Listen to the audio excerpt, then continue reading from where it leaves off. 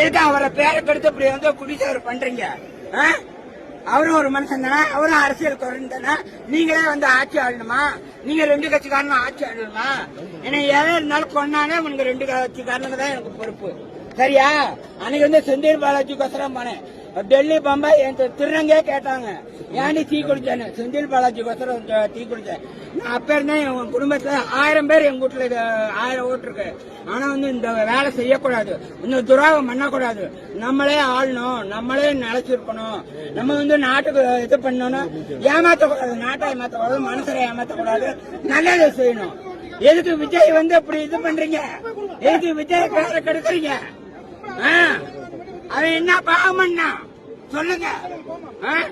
அவன் நல்ல செய்யணும் வந்தான். அதுக்குன்னு ஏன் ஒரு ஏக்கரை கொடுக்க கூடாதா? ஏன் இடம் நான் வாங்கி போட்ட இடம்னு வந்து சந்தோஷமா கொண்டாடுனீங்கல்ல, அத்தனை கொட்டு மரம் வச்சுக்கல.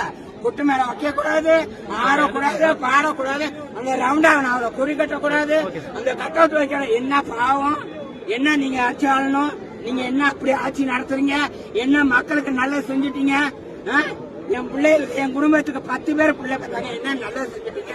திருநங்கை என்ன நல்லது செஞ்சுட்டீங்க? நல்லவங்க மாதிரி நடிக்கிறீங்களா நீங்க?